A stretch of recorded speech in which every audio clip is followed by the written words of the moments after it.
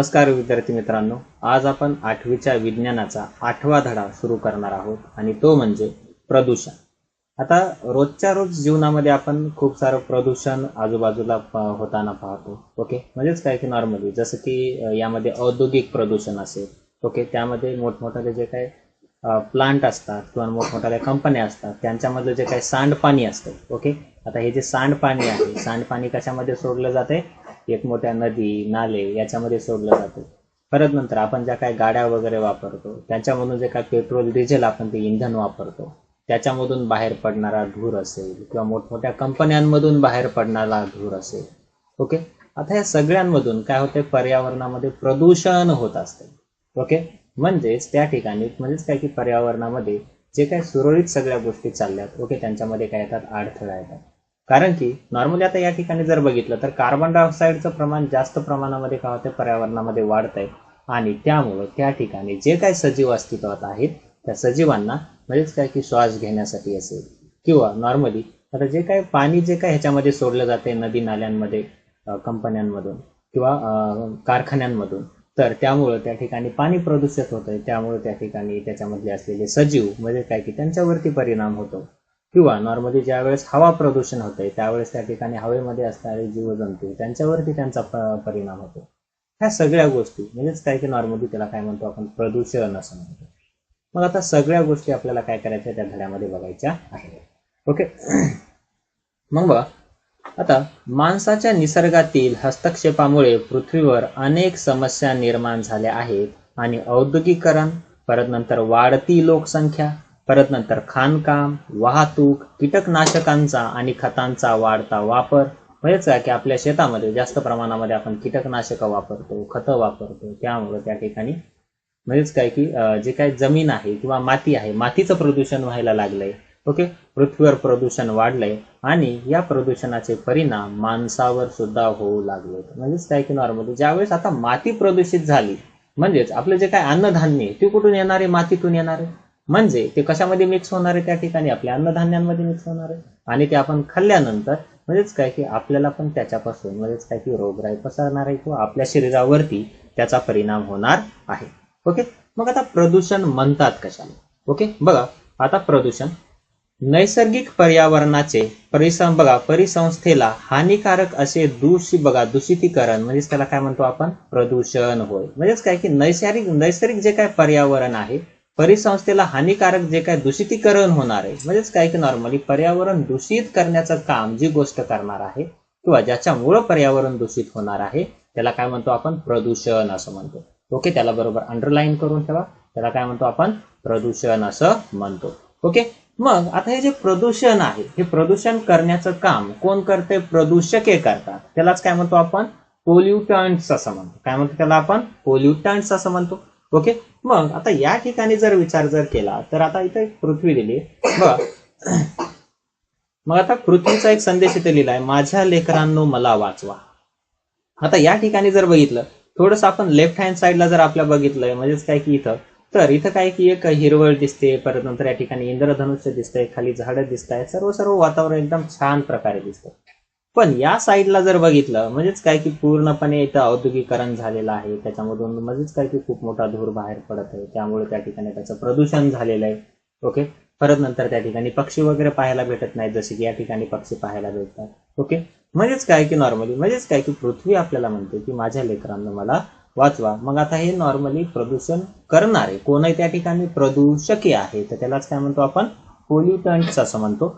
बघा, परिसंस्थेच्या नैसर्गिक कार्यात अडथळा आणणाऱ्या, ओके, म्हणजेच काय की परिसंस्थेची काही नैसर्गिक कार्य आहे। ओके, म्हणजेच काय की आता परिसंस्था म्हणजेच काय की आपल्या आजूबाजूला जे काही झाडं आहेत, झुडपं आहेत किंवा नॉर्मली एकमेकांवरती डिपेंड असणारे जे काही अन्नसाखळे आहेत, ओके, ह्या सर्वांना मिळून काय बनते? परिसंस्था म्हणतात। ओके, या सर्वांनी मिळून परिसंस्था बनते, तर त्याच्यामध्ये अडथळा आणणाऱ्या परिसंस्थेच्या नैसर्गिक कार्यात अडथळा आणणाऱ्या अजैविक व जैविक घटकांवर, जे काय अजैविक आणि जैविक घटकांवर जसे की वनस्पती, प्राणी व मानवावर घातक परिणाम घडवणाऱ्या बघा घटकांना काय म्हणतो आपण? प्रदूषके म्हणतो। काय म्हणतो त्याला आपण? प्रदूषके म्हणतात किंवा त्याला प्रदूषके म्हणतात। ओके, मग बघा नेक्स्ट आता प्रदूषके पर्यावरणात जास्त प्रमाणात सोडली गेल्यास पर्यावरण विषारी व अनारोग्यकारक होते. म्हणजेच काय की त्या ठिकाणी पर्यावरण कसं होतं, विषारी बनतंय. म्हणजेच काय की नॉर्मली त्या ठिकाणी त्याचा धोका इथं म्हणजेच काय की जे काही सजीव आहे त्या सजीवांवर म्हणजे जैविक घटकांवर होत असतो किंवा अजैविक घटकांवर होत असतो. मग बघा आता प्रदूषके नैसर्गिक तसेच मानव निर्मित असतात. काही प्रदूषके कसे असतात, नैसर्गिक असतात. त्यांच्यामुळे निसर्गामध्ये काय होतो, निसर्गाचं जे काय म्हणजेच काय की नॉर्मली अडथळा म्हणजे काय नैसर्गिक कार्यात काय होतो, अडथळा येतो. तर काही कसे त्या ठिकाणी मानव निर्मित आहेत, कसे त्या ठिकाणी मानव निर्मित आपल्याला काय होतात त्या ठिकाणी पाहायला भेटतात. ओके, आता नैसर्गिक बघा नैसर्गिक प्रदूषके बघा निसर्ग नियमानुसार कालांतराने नष्ट होतात. ओके, म्हणजे काय की जे काही नैसर्गिक प्रदूषके आहेत निसर्ग नियमानुसार काही कालानंतर काय होणार, काही वेळानंतर काय होणार आहे, ते नष्ट होणार आहेत. या उलट मानव निर्मित प्रदूषके नष्ट होत नाही. नष्ट होतात का, नाही नष्ट होत. ओके, मग बघा आता जसं की आता मला सांगा मोठमोठाले कारखाने उभारले, आता त्या कारखान्यातून जास्तीत जास्त धूर बाहेर पडणारच आहे आणि त्यामुळे त्या ठिकाणी ते प्रदूषण होणारच आहे. ओके, मग बघा नेक्स्ट आता आता पहिलं आहे त्या ठिकाणी हवा प्रदूषण. आता हवा प्रदूषणाचा जर आपण विचार केला तर मग बघा त्याला आपण एअर पोल्युशन म्हणतो. आता हवा प्रदूषण कशामुळे होते बघा की मग बघा विषारी वायू, परत नंतर धूर, धुलीकण, सूक्ष्मजीव यांसारख्या घातक पदार्थांमुळे हवा दूषित होण्यास हवेचे प्रदूषण असं म्हणतो. कारण की विषारी वायू जे काय तुमचे कारखान्यांमधून वेगवेगळ्या प्रकारचे विषारी वायू काय पडतात, बाहेर पडतात. ओके, परत नंतर नेक्स्ट आहे धूर. हेच काय की खूप मोठ्या प्रमाणामध्ये धूर पण त्याच्यामध्ये काय होतो, बाहेर पडतो. धुलीकण म्हणजे काय की छोटे कण पण हवेमध्ये मिक्स होतात. परत नंतर काही सूक्ष्मजीव त्यामध्ये मिक्स होतात. ओके, यांसारख्या घातक पदार्थांमुळे हवा काय होते, दूषित होते आणि यालाच काय म्हणतो आपण, हवेचं प्रदूषण असं म्हणतो. ओके, पण नेक्स्ट बघा आता हवा प्रदूषणाची कारणे. आता हवा प्रदूषणाची 2 कारणे आहेत. त्याच्यामधलं पहिलं कारण आहे नैसर्गिक कारणे आणि दुसरं आहे मानवनिर्मित कारणे. ओके, आता पहिल्यांदा आपण नैसर्गिक कारणे म्हणूया. नैसर्गिक कारणामध्ये कोणतं असणार आहे, ज्वालामुखीचा उद्रेक. आता मला सांगा जो काही ज्वालामुखीचा उद्रेक आहे ओके, हे मानवनिर्मित आहे का, नाही. ओके, कारण की हे जमिनीतून बाहेर येणार आहे आणि ऑटोमॅटिकली बाहेर येणार आहे, म्हणून हे कसं असणार आहे, नैसर्गिक कारण आहे. मग उद्रेकातून घनरूप ओके, जे काय आता नैसर्गिक, आता इथं आपण बघितलं तर फोटोमध्ये बघितलं तर या ठिकाणी बघा की आपल्याला ज्वालामुखी बाहेर आलेला दिसतो. ओके, ज्वालामुखी बाहेर आलेला दिसतो. ओके, मग बघा आता या ठिकाणी उद्रेकातून काय काय बाहेर पडणार आहे, घनरूप, वायुरूप व द्रवरूप पदार्थ बाहेर पडतात. उदाहरणार्थ हायड्रोजन सल्फाईड, परत नंतर सल्फर डायऑक्साईड, परत नंतर कार्बन डायऑक्साईड, परत नंतर अमोनियम क्लोराईड, परत नंतर हायड्रोजन, बाष्प व धुलीकण. ओके, याच्यामधून काय होतात, ते बाहेर पडतात. चला आता दुसरं नैसर्गिक कारण आहे त्या ठिकाणी कोणतं, भूकंप. आता भूकंपामुळे पृथ्वीच्या अंतर्गत भागातील विषारी वायू व पाण्याची वाफ मोठ्या प्रमाणात हवेत मिसळली जाते. म्हणजेच काय की जो काही विषारी वायू आहे, कारण की नॉर्मली ज्यावेळेस भूकंप होतो त्यावेळेस त्या ठिकाणी जमिनीखाली जे काही विषारी वायू आहेत ओके, ते काय होतात, बाहेर येतात आणि हवेमध्ये काय होतात, मिक्स होतात किंवा मिसळतात आणि त्यापासून पण हवा काय होते, प्रदूषित होते. परत नंतर वावटळ व धुळीची ओके वादळे. हेच काय की जमिनीवरील धूळ बघा, केर कचरा, माती, परागकण व सूक्ष्मजीव हवेत काय होतात, मिसळतात. त्यामुळे पण सुद्धा काय होते, हवा काय होते, प्रदूषित होते. परत नंतर नेक्स्ट आहे वनवे. वनव्यामुळे कार्बन डायऑक्साईड, सल्फर ऑक्साईड बघा, सल्फर डायऑक्साईड, परत नंतर हायड्रोजन सल्फाईड व धूर वातावरणात काय होतो, मिसळतो आणि त्यामुळे सुद्धा त्या ठिकाणी हवा काय होते, प्रदूषित होते. ओके, यामध्ये परत नंतर नेक्स्ट आहे सूक्ष्मजीव. ओके, सूक्ष्मजीव हवेत मिसळल्यामुळे उदाहरणार्थ काही जीवाणू बघा, कवकांची बीजाणू हवेत काय होतात, मिसळतात आणि हवा काय होते, प्रदूषित होते आणि ती जर हवा आपण आपल्या शरीरामध्ये जर घेतली तर आपल्याला वेगवेगळ्या प्रकारचे आजार होऊ शकतात. ओके, जसं की कोरोना काय होता, जीवाणू विषाणू आहेत. ओके, म्हणजेच काय की नॉर्मली त्या ठिकाणी त्याच्यामुळे म्हणजेच काय की आपल्याला पण त्याची काय होते, लागण होऊ शकते आणि आपलं पण शरीरसृष्टी बदलू शकते. ओके, परत नेक्स्ट आहे मानवनिर्मित कारणे. आता मानवनिर्मित कारणे कोणती त्याच्यामध्ये पहिले इंधनाचा वापर बघा, दगडी कोळसा, लाकूड, परत नंतर LPG गॅस, परत नंतर रॉकेल, डिझेल, पेट्रोल यांच्या वापरामुळे कार्बन डायऑक्साईड, परत नंतर carbon monoxide, nitrogen oxide, sulphur dioxide, परत नंतर शिशाची संयुगे हवेत काय होतात, त्या ठिकाणी मिसळतात आणि त्यामुळे काय होते, हवा प्रदूषित होते. जसं की गाडीमधून जो काही धूर बाहेर पडतो ओके त्यामुळं. परत नंतर घनकचरा. आता घनकचरा आपण जर विचार जर केला, समजा कचऱ्याचा मोठा ढिगारा आहे किंवा उखंड आहे, त्याच्यापासून जर जायला गेलो तर आपल्याला काय खूप वास घाण येतो. म्हणजेच काय की नॉर्मल त्याला आपण हवा प्रदूषण असं म्हणतो. तिथं वास घेऊ शकतो का आपण? नाही घेऊ शकत. परत नंतर शेतीचा कचरा असेल, बागेतला कचरा, बघा उघड्यावर जाळल्यामुळे हवा काय होते त्या ठिकाणी प्रदूषण होते. म्हणजेच काय की त्यामुळे हवेचं प्रदूषण होऊ शकते.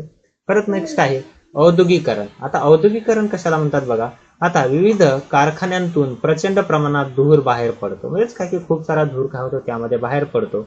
बघा आता गंधकाची भस्मे असतील, परत नंतर गंधक म्हणजेच काय की जे काय पांढरा धूर बाहेर पडतो ते नायट्रोजन ऑक्साईड वातावरणात काय होतात मिसळतात आणि त्यामुळे त्या ठिकाणी हवा काय होते प्रदूषित होते. ओके. परत नेक्स्ट आहे आता अणुऊर्जा निर्मिती व अणुस्फोट. ओके, जे काय अणुऊर्जा निर्मिती आपण बघितली आणि अणुस्फोट केल्यानंतरही त्यामध्ये काय होतो, आता त्याच्यामधून काय काय बाहेर पडते बघा. अणुऊर्जा निर्मितीत युरॅनियम, थोरियम, परत नंतर ग्राफाइट, प्लुटोनियम या मूलद्रव्यांच्या वापरामुळे किरणोत्सर्जन होऊन हवा काय होतो त्या ठिकाणी प्रदूषण घडून येते. हे 3 कारण कशाचे? मानवनिर्मित कारण आहेत हवेच्या प्रदूषणाची. ओके.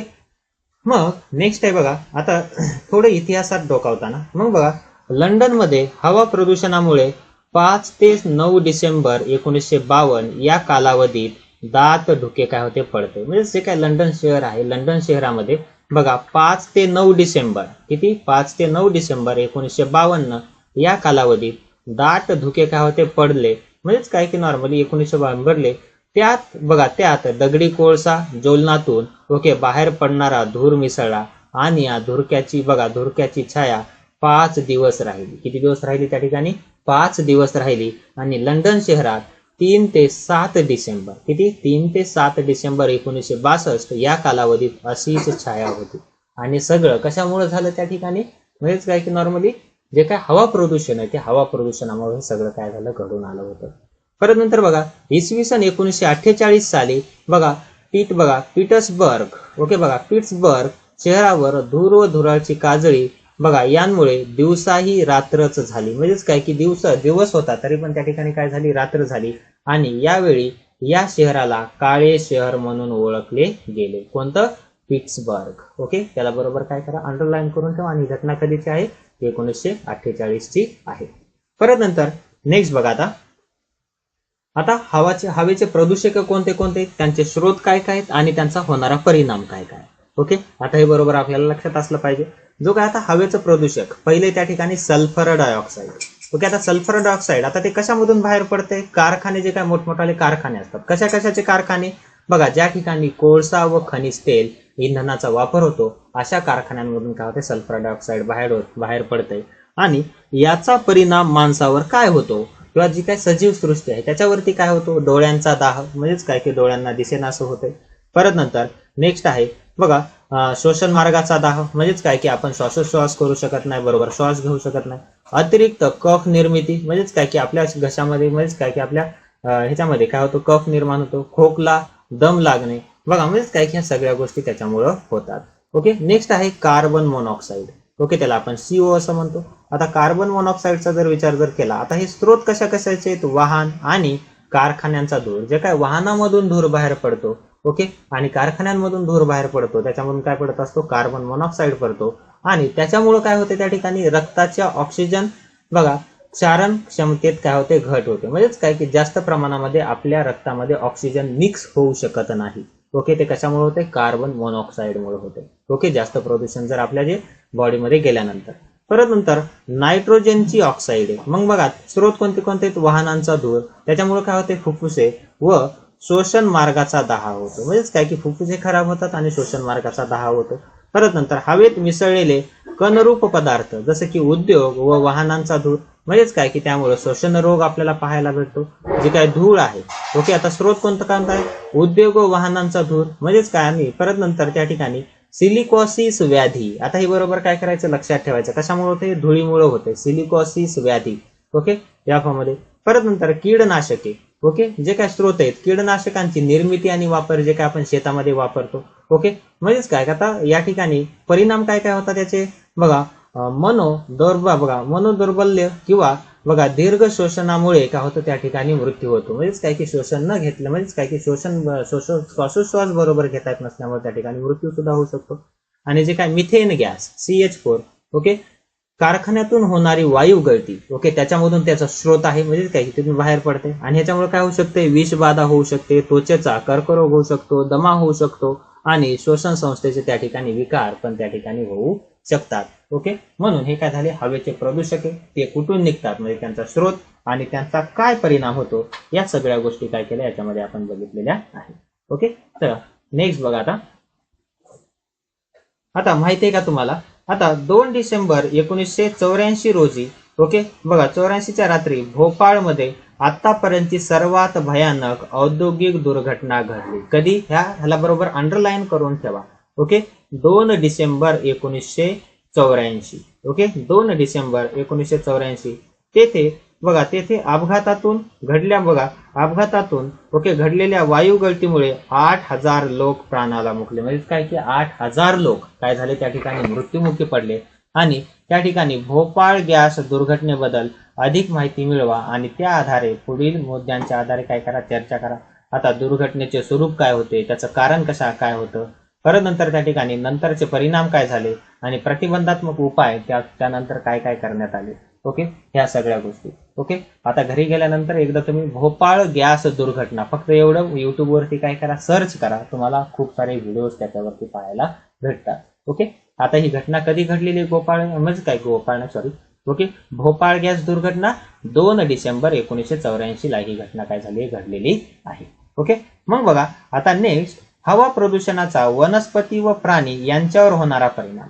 आता हवा प्रदूषणाचा जो काय वनस्पतीवर कोणता परिणाम होतो बघा, की पर्णछिद्रे बुजून जातात, म्हणजे ज्या छिद्रांमधून ऑक्सिजन आतमध्ये जातो कार्बन डायऑक्साईड आतमध्ये जातो आणि ऑक्सिजन बाहेर पडतो, ही पर्णछिद्रे काय होतात, बुजून जातात. प्रकाश संश्लेषणाची क्रिया मंदावते. आता त्यांचे छिद्र बुजले म्हणजे प्रकाश संश्लेषण काय होते, मंदावते आणि वनस्पतीची वाढ खुंटते, पाने गळतात. ओके, आणि परत नंतर काय पडतात, ती पिवळी पडतात. हे कशामुळे होते, हवा प्रदूषणामुळे. आणि नेक्स्ट आहे प्राणी. आता प्राण्यांवरती काय काय परिणाम होतो बघा, श्वसनावर विपरीत परिणाम होतो आणि त्या ठिकाणी डोळ्यांचा दाह पण होतो, म्हणजेच काय की डोळे काय दुखायला लागतात, त्यामुळे त्या ठिकाणी चष्मे वगैरे वापरावे लागतात.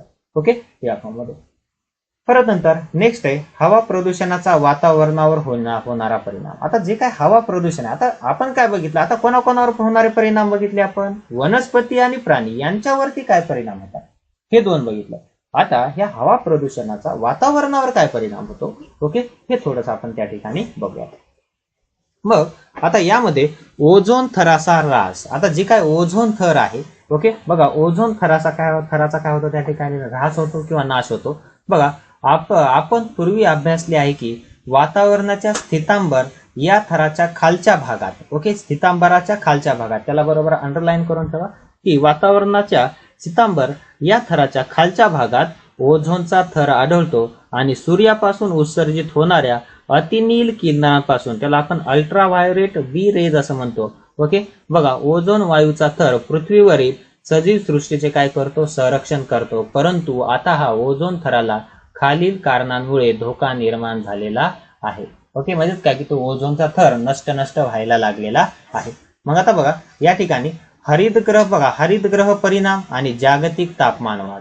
आता कोणते कारण आहेत बघा या ठिकाणी. बघा आता पहिल्यांदा जर इथं जर बघितलं तर बघा कार्बन डायऑक्साईड वातावरणात अगदी कमी प्रमाणात असला तरी तो सूर्याची उत्सर्जित ऊर्जा शोषून घेण्याचे अतिशय उपयुक्त काम करतो. म्हणजे काय की वातावरणामध्ये काय कार्बन डायऑक्साईड आहे आणि कार्बन डायऑक्साईड काय करतो, उष्णता धरून ठेवण्याचं काम करते. आता जेवढं जास्त कार्बन डायऑक्साईड तयार होईल पृथ्वीवरती तेवढी जास्त उष्णता काय करणार आहे, ते धरून ठेवणार आहे. आता मला सांगा, जेवढी जास्त उष्णता धरून ठेवल तेवढं आजूबाजूचं वातावरण काय होणार आहे, तापमान म्हणजे काय की तापणार आहे. ओके, मग बघा मागील 100 वर्षांमध्ये औद्योगिकरणामुळे वातावरणातील कार्बन डायऑक्साईडचे प्रमाण वाढले आहे आणि या कार्बन डायऑक्साईडच्या प्रमाणाच्या बघा तापमानावर होणारा परिणाम म्हणजेच हरितग्रह परिणाम होय. त्याला काय म्हणतो आपण, हरितग्रह परिणाम होय. कारण की कार्बन डायऑक्साईड म्हणजेच काय की उष्णता म्हणजेच काय की धरून ठेवण्याचं काम करते. मग बघा नेक्स्ट कार्बन डायऑक्साईड प्रमाणे बघा नायट्रस ऑक्साईड, परत नंतर मिथेन वायू, परत नंतर CFC ओके हे पृथ्वीवरील वातावरणातील उष्णता रोखून ठेवतात आणि एकत्रितपणे त्यांना हरितगृह वायू असे म्हणतात. त्यांना काय म्हणतो आपण? हरितगृह वायू असं म्हणतो. त्याला बरोबर अंडरलाईन करून ठेवा. आता हरितगृह वायू कोणाकोणाला म्हटलं जाते त्या ठिकाणी बघा, कार्बन डायऑक्साईड, नायट्रस ऑक्साईड, परत नंतर मिथेन वायू CFC ओके यांना काय म्हटलं जाते त्या ठिकाणी? हरितगृह वायू असं म्हटलं जातं. ओके, मग बघा आता नेक्स्ट वाढत्या हरितगृह बघा परिणामामुळे, आता जे काही या ठिकाणी बघा की वाढत्या हरितगृह परिणामामुळे हळूहळू जागतिक तापमान वाढ बघा तापमान वाढत चालले आहे. म्हणजेच काय की हळूहळू तापमान काय होते त्या ठिकाणी वाढत चाललेलं आहे. मग बघा त्यामुळे हवामानात बदल घडून बघा त्यामुळे पिकांचे उत्पादन, परत नंतर वन्यजीवांचे वितरण ह्यात बिघाड तसेच हिमनग व हिमनद्या वितळून समुद्र पातळीमध्ये काय होत आहे त्या ठिकाणी वाढ होत आहे किंवा वाढ दिसून येत आहे या सगळ्या गोष्टी. मग बघा आता इथं जर विचार केलं तर हे सगळं काय या ठिकाणी पाणी आहे. ओके, आणि परत नंतर बघा आता पाण्यामध्ये काय की नॉर्मली ज्यावेळेस याचं बाष्पीभवन होईल किंवा वर जाईल. आता मला सांगा या ठिकाणी आता जे काही कारखाने आहेत, कारखान्यांमधून जे काही सल्फर डायऑक्साईड असेल, नायट्रोजन डायऑक्साईड असेल, कार्बन डायऑक्साईड असेल, हे ऑक्साईड काय होतात म्हणजेच काय की हवेमध्ये मिक्स होतात, हवेमध्ये मिसळले आणि तिकडे जाणार आहेत, वर जाणार आहेत. आता परत नंतर पाण्याचं काय होणार आहे म्हणजेच काय की बाष्पीभवन होईल आणि पाणी पण कुठे जाणार आहे? वर जाणार आहे. आता या ठिकाणी पाणी जमल्यानंतर आता हे ऑक्साईड पण काय होणार आहे त्या पाण्यामध्ये मिक्स होणार आहेत पाण्याच्या वाफेमुळे, आणि त्या पाण्याच्या वाफेसोबत त्या ठिकाणी काय करणार? अभिक्रिया करणार, आणि ज्यावेळेस ते पाणी खाली येईल ओके आणि त्या पाण्यामध्ये आम्लाचं प्रमाण जास्त असणार आहे आणि त्यालाच काय म्हणतो आपण? आम्लवर्षा असं म्हणतो. काय म्हणतो त्याला आपण? आम्लवर्षा असं म्हणतो. त्यालाच आपण ऍसिड रेन असं म्हणतो. मग बघा कोळसा, लाकूड, खनिज तेल यांसारख्या इंधनाच्या ज्वलनातून सल्फर व नायट्रोजन यांची ऑक्साईडे वातावरणात सोडली जातात आणि ही पावसाच्या पाण्यात मिसळतात. म्हणजे जे काय पावसाचं पाणी आहे म्हणजे जे काय वरती वाफ होऊन गेलेलं त्याच्यामध्ये मिसळतात आणि त्यापासून सल्फ्युरिक आम्ल, परत नंतर नायट्रिक आम्ल काय होते? तयार होते. त्याला बरोबर अंडरलाईन करून ठेवा. ओके, काय काय तयार होते त्या ठिकाणी बघा? सल्फ्युरिक आम्ल, नायट्रस आम्ल आणि नायट्रिक आम्ल काय होते? तयार होते. आणि ही आम्ले ओके पावसाचे थेंब किंवा हिमकणां बघा मध्ये मिसळून जो पाऊस किंवा बर्फ पडतो त्यालाच काय म्हणतो आपण? आम्लवर्षा असं म्हणतो. काय म्हणतो त्याला आपण? आम्लवर्षा. आता मला सांगा आता हे जे आम्लवर्षा पाणी जे काय खाली आलेलं आहे ते चांगलं पाणी असणार आहे का? नाही, कारण की त्याच्यामध्ये सगळे प्रदूषक काय झालेत? मिक्स झालेत. आता सगळे प्रदूषक मिक्स झालेत तर त्याचा परिणाम पण काय काय होणार आहे? मग बघा आता आम्लवर्षाचे परिणाम. आता पहिला परिणाम कोणता आहे? आम्लयुक्त पावसामुळे मृदेची व पाण्याच्या साठ्याची आम्लता काय होते? वाढते. म्हणजेच काय की नॉर्मली त्याच्यात आम्लप्रमाण काय होतो? वाढतो. यामुळे जलचर प्राणी, वनस्पती, संपूर्ण जंगलातील जीवनाची काय होते? हानी होते आणि संपूर्ण परिसंस्थेवर काय होतो? विपरीत परिणाम त्या ठिकाणी होतो. परत नंतर बघा ज्या काही इमारती आहेत, पुतळे, ऐतिहासिक वास्तू, पूल, धातूच्या मूर्ती, तारेचे कुंपणे इत्यादींचे काय होते? क्षरण होते. त्या ठिकाणी काय होते? इत्यादींचं क्षरण होते. परत नंतर आम्ल पर्जन्यामुळे अप्रत्यक्षपणे कॅडमियम आणि परत नंतर मर्क्युरी सारखे जड धातू वनस्पतीमध्ये शोषली जाऊन अन्न साखळी काय होते? म्हणजे काय अन्न साखळीमध्ये काय होतात? शिरतात आणि अन्न साखळीमध्ये शिरल्यानंतर ते इनडायरेक्टली जे काय प्राणी आहेत त्यांच्या शरीरामध्ये जाऊन त्यांचे विपरीत परिणाम त्याच्यावरती होतो. परत नंतर बघा जलाशयातील आणि जलवाहिन्यातील पाणी आम्लयुक्त झाल्याने, कारण की आम्लवर्षा पडली, आम्लाचा पाऊस पडला, त्यामुळे काय होणार आहे? ते कशामध्ये? आपल्या नदीमध्ये, नाल्यांमध्ये काय होणार? मिक्स होणार आहे. म्हणजेच बघा जलवाहिन्यांच्या विशिष्ट धातूंचे आणि प्लास्टिकचे बघा पेयजलात निक्षालन होऊन आरोग्याच्या गंभीर समस्या त्या ठिकाणी काय होतात? उद्भवतात. ओके, म्हणजेच काय की नॉर्मल ही आम्लवर्षाचे होणारे काय त्या ठिकाणी परिणाम आहेत. ओके, परत नंतर नेक्स्ट आहे हवा प्रदूषणावर प्रतिबंधात्मक उपाय. कारण की नॉर्मली आता हे प्रतिबंधात्मक उपाय आपल्याला करणं गरजेचंच आहे. ओके, मग बघा आता कारखान्यातून बाहेर पडणाऱ्या धुरात अनेक दूषित कण असतात. खूप सारे दूषित कण आपल्याला पाहायला भेटतात. ओके, हवा प्रदूषण नियंत्रित करणाऱ्या यंत्रणेचा वापर बंधनकारक करावा. उदाहरणार्थ बघा निरोधक यंत्रणा त्याला आपण अरेस्टर्स असं म्हणतो, गाळणी यंत्र म्हणजे त्याला आपण फिल्टर्स असं म्हणतो, यांचा त्या ठिकाणी वापर करावा. परत नंतर शहरातील दुर्गंध पसरविणाऱ्या कचऱ्याची योग्य विल्हेवाट लावावी, कारण की आता मोठमोठाले जे काही शहर आहेत, मोठमोठ्या शहरांमध्ये खूप सारा म्हणजे खूप जास्त घनकचरा निघतो, त्याच्यामधून काय होतात, खूप सारी दुर्गंध पसरत असते. ओके, त्याची विल्हेवाट लावणे. परत नंतर आण्विक चाचण्या, म्हणजेच काय की जे काही आपण अणुबॉम्ब तयार करतो त्यांच्या चाचण्या असतील, रासायनिक अस्त्रे यांच्या वापरावर योग्य नियंत्रण असावे, आणि परत नंतर CFC निर्मितीवर बंदी आणि बंधने त्या ठिकाणी असली पाहिजे. मग आता नेक्स्ट बघा, हवेच्या गुणवत्तेचा निर्देशांक. आता हवेची गुणवत्ता, कारण की नॉर्मली बघा दरवर्षी हवेची गुणवत्ता काय केली जाते, तपासली जाते. मग हवेची गुणवत्ता ठरती कशावरती, की आपल्या शहरातील हवा कितपत प्रदूषित झाली आहे ही गोष्ट नागरिकांना माहीत असणे आवश्यक आहे, आणि हवेच्या गुणवत्तेचा निर्देशांक निश्चित करण्यासाठी हवेतील सल्फर डायऑक्साईड, परत नंतर carbon monoxide, nitrogen dioxide, okay बघा भूपृष्ठाजवळील हवेत असलेला ओझोन, ओके बघा कणीय पदार्थ वगैरे वायूंचे प्रमाण दररोज काय केले जाते, मोजले जाते. आता यांचं जर प्रमाण काय असेल, जास्त असेल, त्या ठिकाणी काय म्हणलं जाते, हवेची गुणवत्ता कशी आहे, कमी आहे. पण या ठिकाणी सल्फर डायऑक्साईड असेल, कार्बन मोनॉक्साईड असेल, नायट्रोजन डायऑक्साईड असेल, ओके यांची जर हवेमध्ये पातळी कशी असेल, कमी असेल, तर त्यावेळेस हवेचा निर्देशांक किंवा हवेची गुणवत्ता कशी असणार आहे, चांगली असणार आहे. मग बघा मोठ्या शहरांमध्ये जास्त रहदारी असणाऱ्या मुख्य चौकात असे हवेच्या गुणवत्तेचे निर्देशांक दर्शवणारे फलक लावलेले आहेत, आणि तसे फलक आपल्याला मोठमोठ्या शहरांमध्ये पाहायला भेटतात.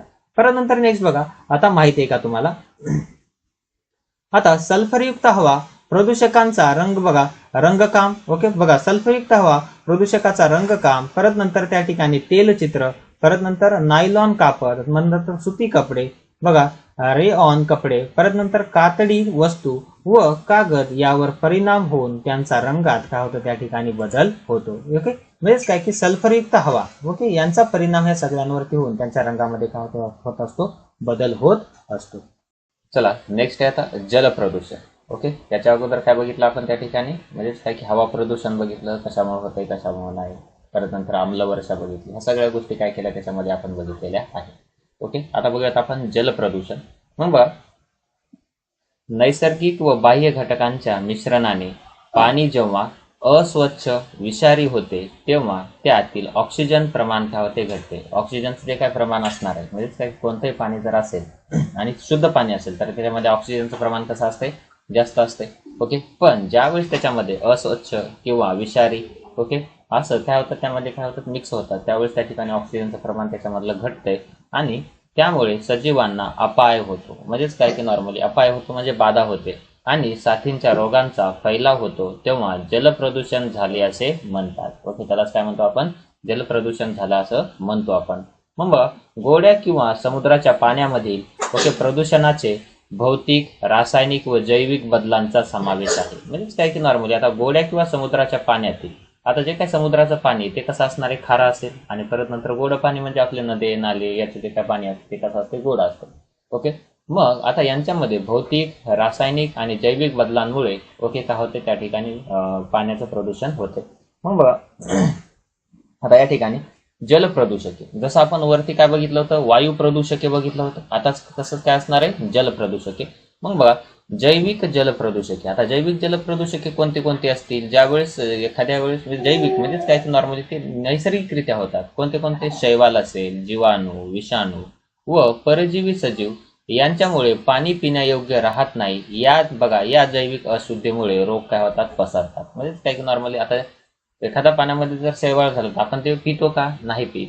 परत नंतर असेंद्रिय जलप्रदूषके, आता कोणते कोणते, बारीक वाळू असेल, परत नंतर धुलीकण, परत नंतर मातीचे कण, असे तरंगणारे पदार्थ, क्षारांचा साचा बघा चाका, परत नंतर आर्सेनिक, कॅडमियम, शिसे, पारा यांचे संयुगे व किरणोत्सारी पदार्थांचे अंश त्याच्यामुळे मिक्स झाल्यानंतरही, म्हणजेच काय आता मिक्स सर्व प्रमाणे होतात का, नाही होत, त्यामुळे त्या ठिकाणी पाणी काय होते, अशुद्ध होते किंवा प्रदूषित होते. परत सेंद्रिय जलप्रदूषके कोणते कोणते, तणनाशके, म्हणजेच काय की नॉर्मली जी काय आपण तणनाशके शेतामध्ये फवारतो ती, कीटकनाशके म्हणजेच काय की नॉर्मली कीड मरावी म्हणून औषध फवारतो ती असेल. म्हणजेच काय की आता हे पाण्यामध्ये कसं मिक्स होते, ज्यावेळेस पावसाचं पाणी पडते त्यावेळेस त्या ठिकाणी ते वाहत जाऊन कुठं नदीला मिळतात. ओके, परत नंतर खते, सांडपाणी, तसेच कारखान्यातील उत्सर्जके, त्यामुळे त्या ठिकाणी पाणी म्हणजेच काय की जलप्रदूषण होत असते. मग बघा माहिती आहे का तुम्हाला, की बघा तमिळनाडू राज्यात कातडी कमावण्याची अनेक कातडी कमावण्याची अनेक केंद्रे आहेत आणि त्यातून बाहेर टाकले जाणारे पाणी पलार या नदीत सोडले जाते. ओके, म्हणजे काय की पलार या नदीत सोडले जाते. बघा त्यामुळे या नदीला पझर किंवा पठार नदी असे म्हणतात. त्याला बरोबर म्हणजेच काय की पझर किंवा पठार नदी. ओके, सॉरी गटार नदी, पठार नाही, गटार नदी असे म्हणतात. त्याला बरोबर काय करा, अंडरलाईन करून ठेवा, गटार नदी. ओके, कोणत्या नदीला म्हटलं जातं त्या ठिकाणी, जी काय पलार, ओके, ही नदी आहे. या नदीलाच काय म्हणतो आपण, गटार नदी असं म्हटलेलं आहे. आणि कुठे येते, तामिळनाडूमध्ये आहे. ओके, चला नेक्स्ट बघा. आता पाणी प्रदूषणाची कारणे. आता पाणी प्रदूषणाची कारणे दोन प्रकारचे आहेत, एक नैसर्गिक कारणे व परिणाम आणि एक मानव निर्मित कारणे व परिणाम. आता नैसर्गिक कोणती आहे बघा, जलपर्णीची वाढ, म्हणजेच काय की नॉर्मली प्राणवायू कमी होतो. ओके, ज्यावेळेस जलपर्णी वाढते त्यावेळेस प्राणवायू म्हणजेच काय की ऑक्सिजनचं प्रमाण कमी होते आणि पाण्याचा ओके नैसर्गिक गुणधर्म काय होतो, बदलतो. म्हणजेच काय की पाण्याचा नैसर्गिक गुणधर्म त्यामध्ये काय होतो, बदलतो. परत नंतर कुजणारे पदार्थ. आता जर कुजणारे पदार्थ आपण पाण्यामध्ये टाकले तर तरी पण काय होतात, ते कुजून पाणी काय होते, थोडंसं प्रदूषित होते. म्हणजेच प्राणी व वनस्पतींचे अवशेष सडणे व कुजणे इत्यादीमुळे. परत नंतर गाळामुळे. ओके, नदीच्या प्रवाहामुळे व पात्र बदलल्यामुळेही काय होते त्या ठिकाणी आता गाळ त्याच्यामध्ये काय होतो, मिक्स होतो आणि त्यामुळे त्या ठिकाणी पाणी काय होते, प्रदूषित होते. आणि जमिनीची धूप, म्हणजेच काय की जमिनीची धूप झाल्याने जीवाणू यांसारखे सूक्ष्मजीव अनेक जैविक अजैविक घटक पाण्यात काय होतात, मिसळतात आणि त्यामुळे त्या ठिकाणी काय होते, पाण्याचे म्हणजे काय की प्रदूषण होते. परत नंतर नेक्स्ट आहे कवक. ओके, बघा पाण्यात कुजणाऱ्या सेंद्रिय पदार्थांवर कवक व जीवाणूंची वाढ होणे. ओके, म्हणजेच काय की नॉर्मली थोड्या प्रमाणामध्ये त्या ठिकाणी कवकांची वाढ होणे, त्यामुळे त्या ठिकाणी सूक्ष्मजीव वाढतात आणि पाणी प्रदूषित होतं. शैवाल जास्त वाढल्याने पाणी काय होते, अशुद्ध होते. म्हणजे काय, ज्या पाण्यामध्ये जास्त शैवाल असते त्या ठिकाणी काय असणार आहे, जास्त प्रमाणामध्ये ते प्रदूषित असेल. आणि क्रमी, म्हणजेच काय की जमिनीवरील क्रमी पावसाच्या पाण्यात वाहत जातात आणि ते पाण्यामध्ये मिक्स होतात. म्हणजेच काय की नदी नाल्यामध्ये मिक्स होतात आणि त्यामुळे त्या ठिकाणी काय होतात, ते पाणी प्रदूषित होते. ओके, त्याला आपण चाटू वगैरे असं म्हणतो, ह्या सगळ्या गोष्टी. परत नंतर आता मानव निर्मित कारणं कोणती कोणती आहेत. आता निवासी क्षेत्रातील सांडपाणी. आता आपलं गाव आहे, गावामध्ये माणसं राहतात, पण गावाचं सगळं पाणी कुठं सोडलेलं आहे, नदीमध्ये सोडलेलं आहे. ओके, मग बघा गावातील शहरातील सांडपाणी मैला नदीच्या वाहत्या पाण्यात, ओके, परत नंतर जलाशयात सोडले जाते. म्हणजे काही नॉर्मली जलाशयामध्ये काय केलं जाते, सोडले जाते. त्यामुळे त्या ठिकाणी पाणी काय होते, प्रदूषित होते. कारण की आपल्या घरातून जाणारं पाणी चांगल्या प्रकारचं तर नसणार आहे, शुद्धीकरण करून आपण सोडणार आहेत का, ओके, नाही. तर काय कसं असणार आहे, ते घाणच असेल आणि तिथं गेल्यामुळे त्या ठिकाणी काय होणार आहे, पाणी प्रदूषित होणार आहे. परत नंतर बघा औद्योगिक सांडपाणी. बघा आता या ठिकाणी कापड, परत नंतर साखर, कागद, लोह, चर्मोद्योग व दुग्ध प्रयोग बघा प्रक्रिया उद्योगातून रंग, विरंजक रसायने, परत नंतर चामड्याचे तुकडे, तंतू, पारा, शिशे इत्यादी पाण्यात काय होतात, सोडले जातात आणि त्यामुळे पाणी काय होते, दूषित होते. परत नंतर खनिज तेल गळती. बघा वाहतूक करताना तेल सांडणे, गळती होणे, टँकर सफाई करताना पाण्यावर तेलाचा तवंग येतो आणि त्यामुळे त्या ठिकाणी काय होते, म्हणजे काय की नॉर्मली पूर्णपणे त्या ठिकाणी तेल गळती झाल्यामुळं, म्हणजे आता समुद्रामध्ये असणार आहे. ओके, आणि समुद्रामध्ये तेलगळती झाल्यामुळे काय होणार आहे, पाण्याचं प्रदूषण होणार आहे आणि त्याचं प्रदूषण झाल्यानंतर म्हणजे जी काही सजीव सृष्टी आहे पाण्यामध्ये त्यांच्यावरती त्यांचा विपरीत परिणाम पडणार आहे. ओके, चला नेक्स्ट बघा खते व कीटकनाशकांचा वापर. आपल्या शेतामध्ये जास्त प्रमाणामध्ये खतं कीटकनाशक आपण काय करतो, वापर करतो. आता ज्यावेळेस आपण खत टाकतो, आता ज्यावेळेस दुसऱ्या वर्षी पाऊस पडत आहे त्यावेळेस काय होणार आहे, की ते जे खत वाहून जाऊन कुठं मिसळणार आहे, नदी नाल्यामध्ये मिसळणार आहे आणि कुठं ना कुठं तरी जाऊन ते मिसळतो आणि परत नंतर पाणी काय होते, प्रदूषित होते.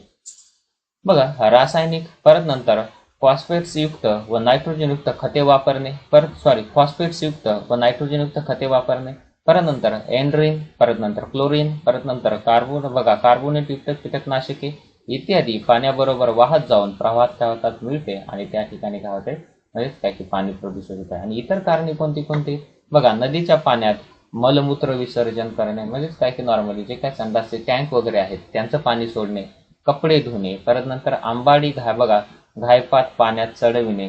घायपात पाण्यात चढविणे म्हणजेच काय की नॉर्मली जे काय पूर्वीच्या काळामध्ये, आता तर नाही पण पूर्वीच्या काळामध्ये जे काय आपली तुराटे असायच्या, ओके, म्हणजे काय तुरीच्या, ओके, म्हणजेच काय की आपलं कूड करण्यासाठी याच्यासाठी पाण्यामध्ये काय भिजवत ठेवायचे. काही दिवस. ओके. आणि भिजवत ठेवून परत नंतर काय करायचं, ते आणायचे आणि त्याचा पूड तयार करायचा, जेणेकरून ते मोडत नव्हतं. ओके. म्हणजेच काय की ह्या सगळ्या बघा, आंबाडी घायपात पाण्यात सडविणे यामुळे पाणी प्रदूषित होते. बघा रक्षा, अस्थि विसर्जन. ओके.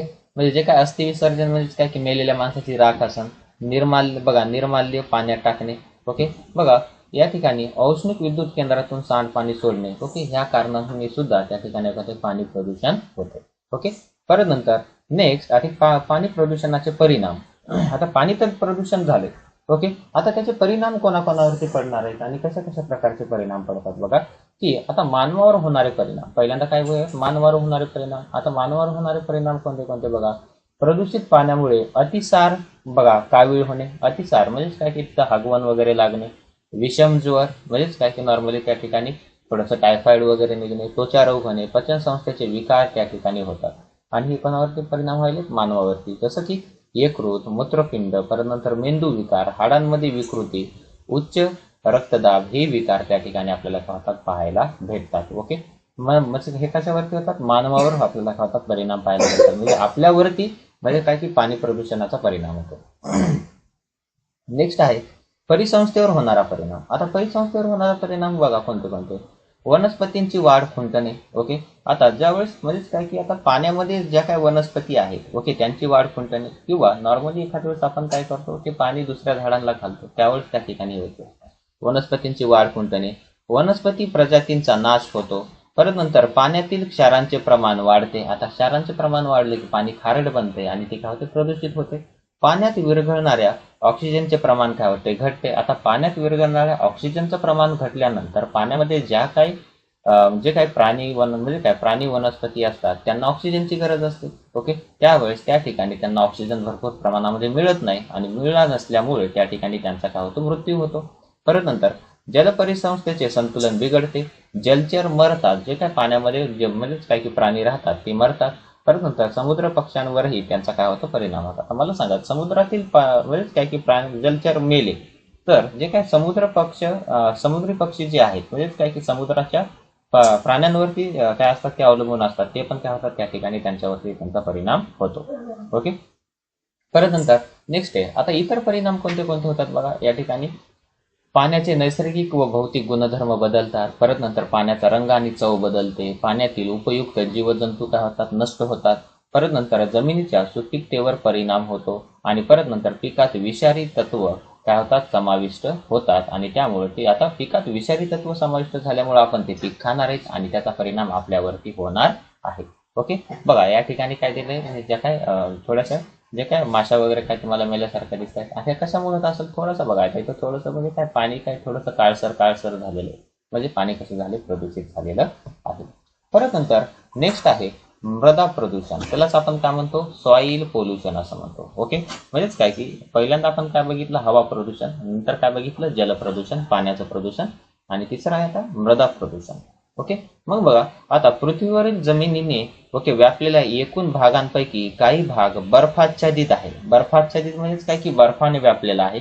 आणि काही भाग वाळवंटी, म्हणजेच काही भागामध्ये नुसतं वाळवंट आहे, नुसती वाळू वगैरे आहे. तर काही भाग पर्वत व डोंगरांनी व्यापलेला आहे. आणि मानवी वापराला उपयुक्त जमीन खूप कमी आहे. म्हणजेच काय की नॉर्मली खूप कमी या ठिकाणी काय जमीन आहे, म्हणजेच काय की शेती करण्यासाठी. मग बघा आता मातीतील भौतिक, जैविक, रासायनिक गुणधर्मात नैसर्गिकरित्या व मानवी कृत्यामुळे जे बदल घडून येतात त्यामुळे त्याची उत्पादकता काय होते, कमी होते. म्हणजेच काय की नॉर्मली उत्पादकता कमी होणे यालाच काय म्हणतो आपण, मृदा प्रदूषण असं म्हणतो. त्याला बरोबर काय करा, अंडरलाईन करून ठेवा. मग बघा नेक्स्ट आता मृदा प्रदूषणाची कारण बघा. आता या ठिकाणी थोडंसं तुम्हाला त्याचा जे काय मातीचा कलर बदलल्यासारखा दिसतोय बघा. ओके. मग बघा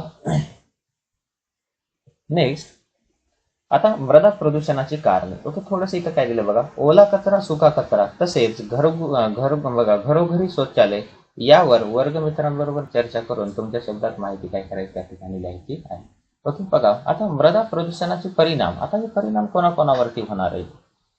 मग बघा कारखान्यातील क्षारयुक्त आम्लयुक्त पाणी मातीत मिसळल्याने माती काय होते, नापीक होते. कारखान्यात जे काय जास्त प्रमाणात क्षारयुक्त पाणी काय केलं जाते, बाहेर सोडलं जाते, उघड्यावरती सोडलं जाते. आणि ते पाणी मातीमध्ये काय होते, झिरपते. आणि त्यामुळे त्या ठिकाणी होते म्हणजेच काय की मृदा प्रदूषण होते. आम्लयुक्त पाणी असेल मातीत त्या मिसळण्याने ती काय माती काय होते नापीक होते, म्हणजेच काय की जास्त प्रमाणामध्ये उत्पन्न भेटत नाही.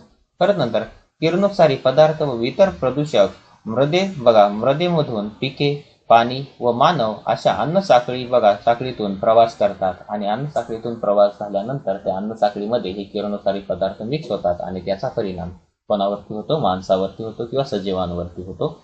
त्यानंतर मृदा प्रदूषणामुळे जलप्रदूषणाचा धोका काय होतो, वाढतो. आता जलप्रदूषणाचा धोका का वाढत असेल, कारण की ज्यावेळेस पाऊस पडेल त्यावेळेस त्याच्यामध्ये जे काही घटक आहेत ते वाहत जाऊन कशामध्ये जातील, नदीमध्ये जातील आणि त्यामुळे त्या ठिकाणी जलप्रदूषणाचा धोका वाढतो. कारण विषारी द्रव्य मृदेमधून जवळच्या पाणीसाठ्यात किंवा पाझरून भूगर्भ जलाशयात प्रवेश करतात आणि तसेच जीवजंतूंमुळे विविध रोगांचा काय होतो त्या ठिकाणी प्रसार होतो आणि यामुळे काय होतं त्या ठिकाणी म्हणजेच काय की मृदा प्रदूषणाची काय झाली कारणे झाली. ओके, मग नेक्स्ट आता मृदा प्रदूषण प्रदूषणाचा हवा तसेच जल प्रदूषणाशी यांचा संबंध काय आहे. जे काय मृदा प्रदूषण झाल्यानंतर तिचा हवा तसेच जल प्रदूषण यांच्याशी असणारा संबंध काय आहे. म्हणजेच काय की मृदा प्रदूषण झालं तर त्याचा परिणाम हवा प्रदूषण आणि त्याचाच परिणाम जल प्रदूषण कशा प्रकारे होते. मग ओल्या कचऱ्याचे खतात रूपांतरण न करता चुकीच्या पद्धतीने तो फेकून दिल्यास तो तेथे काय होतो, सडतो, कुजतो. त्याच्यात हानिकारक रोगजंतूची काय होते, वाढ होते व हे वाढत्या पाण्यात वाहत्या पाण्यात काय होतात, मिसळून जाऊन त्या ठिकाणी पाणी प्रदूषण होणार आहे. म्हणजेच काय की आता आपल्या गावातून जो काही कचरा निघणार आहे आणि तसाच आपण उघड्यावरती टाकला आणि पाऊस आला ते वाहून कशात जाणार आहे, म्हणजेच काय की नदीमध्ये जाणार आहे आणि परत नंतर ते पाणी काय होणार आहे, प्रदूषित होणार आहे. मग शेतीसाठी कीटकनाशकांचा, रासायनिक खतांचा, तणनाशकांचा वापर केला जातो, त्यामुळे मृदा प्रदूषण होते. म्हणजे ह्याच्यामुळे काय होते, मृदा प्रदूषण होते आणि कीटकनाशक व तणनाशकांचा जास्त प्रमाणात वापर केल्यास त्या फवारणीमुळे ती रसायने हवेत काय होतात, मिसळतात. म्हणजे ज्यावेळेस आपण फवारणी करणार त्यावेळेस काय होतात, ते हवेत मिसळतात व त्या ठिकाणी हवा प्रदूषण होते. म्हणजेच काय की आता आपण शेतीसाठी हे सगळं वापरायला पण याचा परिणाम दोघांवरती पण व्हायला, जलप्रदूषण पण व्हायले आणि हवा प्रदूषण पण व्हायले. मग तसेच रासायनिक खतांचा वापर जास्त प्रमाणात केल्यास ही रसायने पाण्यात मिसळतात व पाणी काय होते, प्रदूषित होते. मानवी मलमूत्र, परत नंतर पशु पक्षी यांची विष्ठा मातीत मिसळल्यामुळे मृदा प्रदूषण होते. म्हणजे काय की या गोष्टींनी सुद्धा त्या ठिकाणी काय होते, मृदा प्रदूषण होते.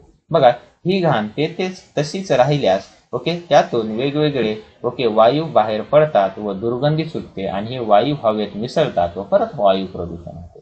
म्हणजेच काय की हवा प्रदूषण होते किंवा वायू प्रदूषण आपल्याला पाहायला भेटते आणि हीच घाण पाण्यात मिसळल्यास पाणी प्रदूषण होते. म्हणजेच मृदा प्रदूषण झालं की म्हणजेच काय की त्याच्यासोबतच दोन्हीही मृदा म्हणजेच काय की हवा प्रदूषण आणि जल प्रदूषण आपल्याला काय होते, पाहायला भेटते.